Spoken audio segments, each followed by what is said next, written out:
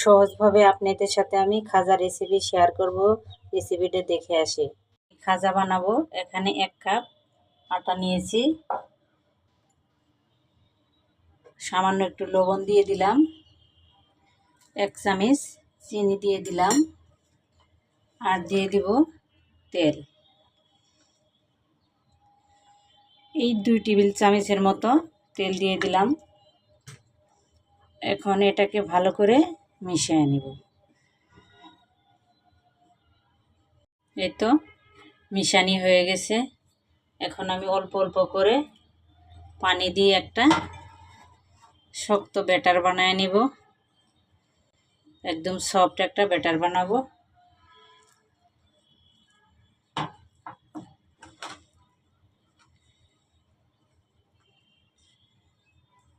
ব্যাটারটাকে আমি রেস্টে রেখে দেব 5 মিনিটের জন্য। এদিকে আমি শিরাটা রেডি করে নেব। আমি 1 বাটি চিনি দিয়ে দিলাম, আর হাফ বাটি পানি দিয়ে দিলাম। এখন আমি শিরাটা রেডি করে নেব। আমি সমানভাবে 5টা লিচি কেটে নিব।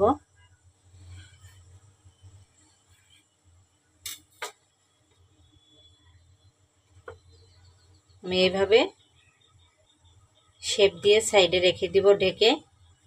এখন আমি পাতলা করে রুটিটা বেলে নিব, যতটা সম্ভব পাতলা করা যায়।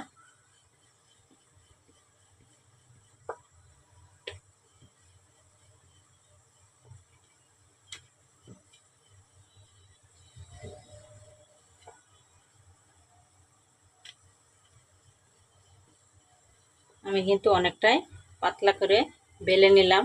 এইভাবে বাকিগুলোও বেলে নেব। আর 2 চামচ কর্নফ্লাওয়ার দিলাম, দিয়ে একটা মিশ্রণ রেডি করলাম। এই তো মিশ্রণটা রেডি হয়ে গেছে, এটা সাইড করে রেখে দেব। এখন যে আমি রুটি বানাইছিলাম, এই রুটির উপরে দিয়ে দেব ভালো করে।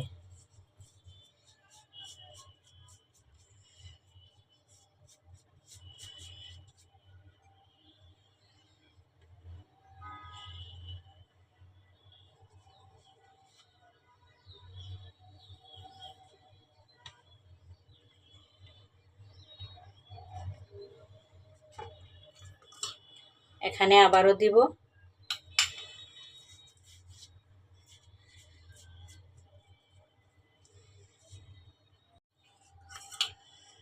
আবারও দিলাম।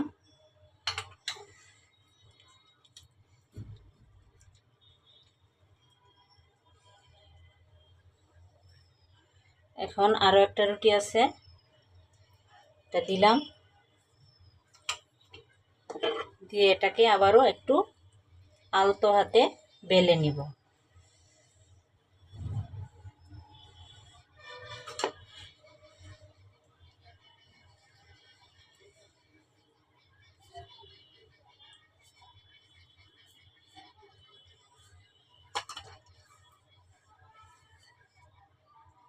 এখন আমি রুটিটাকে এইভাবে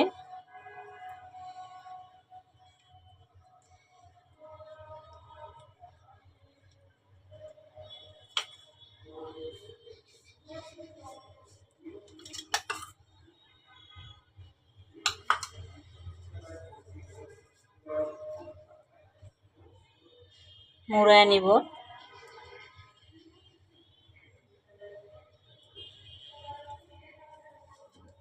এই তো মোড়ানি হয়ে গেছে। এখন আমি কেটে নিব।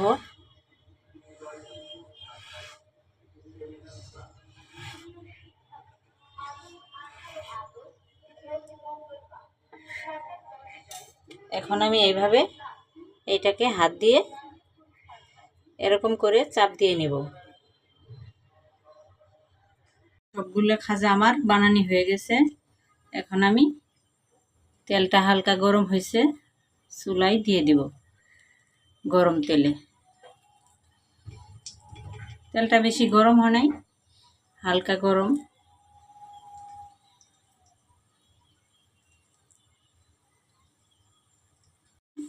গোল্ডেন কালার হওয়া পর্যন্ত আমি ভেজে নিব।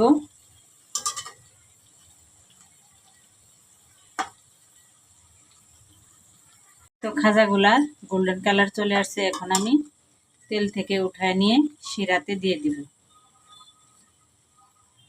শিরাতে লেবু দিছিলাম যাতে জমে না যায়। গরম গরম অবস্থায় খাজাগুলা দিয়ে দিলাম।